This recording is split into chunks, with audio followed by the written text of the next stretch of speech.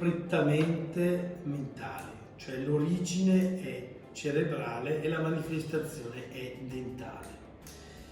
Sono legate per la maggior parte a fattori ambientali, qual è lo stress, che è una patologia che affligge la nostra società in maniera sempre maggiore.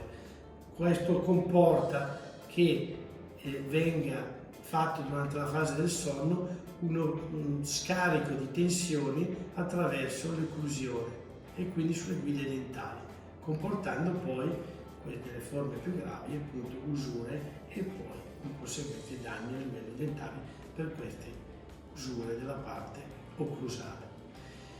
Altre patologie sempre legate a livello cerebrale che portano poi a un danno dentale attraverso il bruxismo sono le patologie di tipo psicotico, le patologie depressive, le forme chiaramente ansiose gravi e anche patologie croniche permanenti mentali come possono essere il Parkinson o l'Alzheimer.